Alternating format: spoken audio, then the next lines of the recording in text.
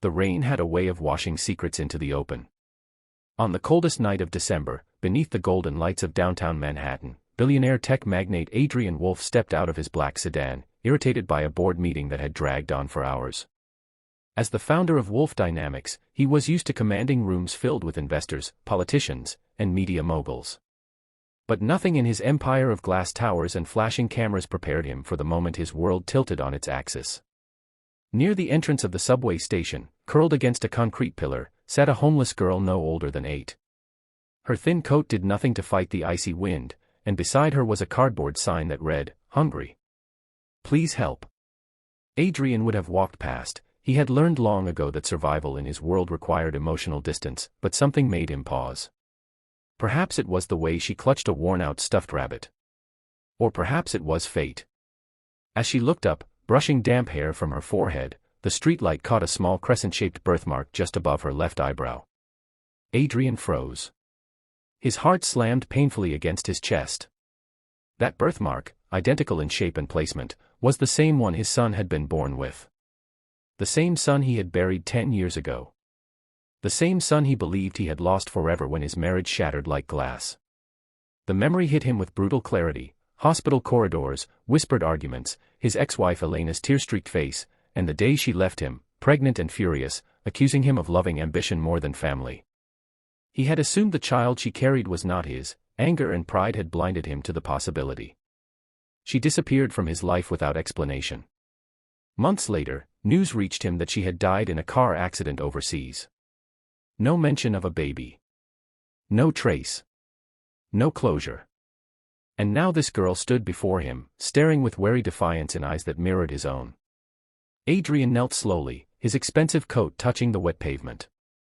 "What's your name?" he asked, his voice unfamiliar even to himself. "Maya," she whispered, as if unsure whether he deserved the truth. "Where are your parents?" Her small shoulders stiffened. "My mom died. I don't have anyone." The word struck him harder than any corporate betrayal ever had. He studied her face carefully, the curve of her nose, the stubborn set of her jaw. Pieces of himself. Pieces of Elena. He felt the earth shift beneath his certainty. Within minutes, he made a decision that would scandalize tabloids and confuse his board of directors. He told his driver to cancel his evening plans. He took Maya to the nearest restaurant, ignoring the stares as she devoured warm soup like someone who had forgotten what comfort tasted like. He called his personal physician, then his head of security, ordering a discreet DNA test.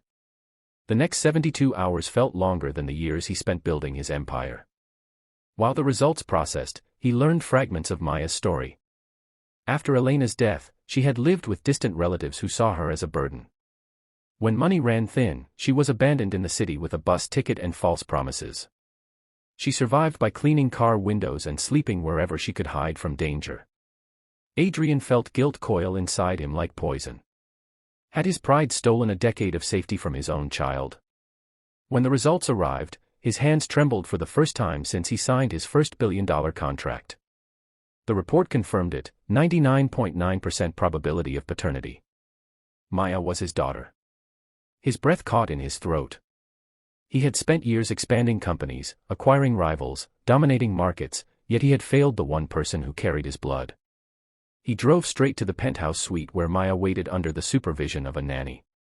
She looked up as he entered, fear and hope battling in her eyes. Adrian knelt before her again, this time not as a billionaire but as a father stripped bare by truth.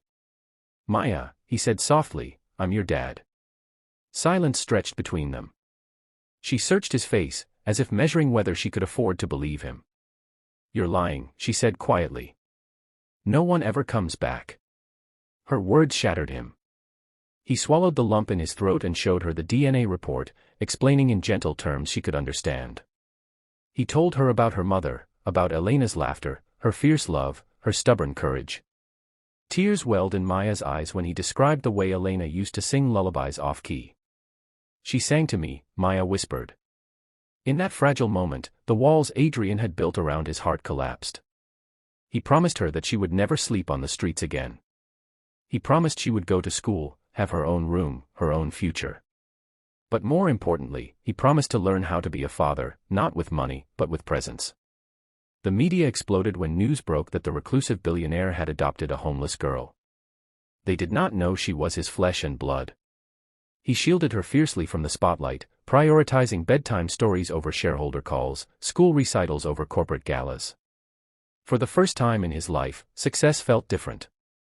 Not measured in stock prices, but in the sound of Maya's laughter echoing through hallways once too quiet.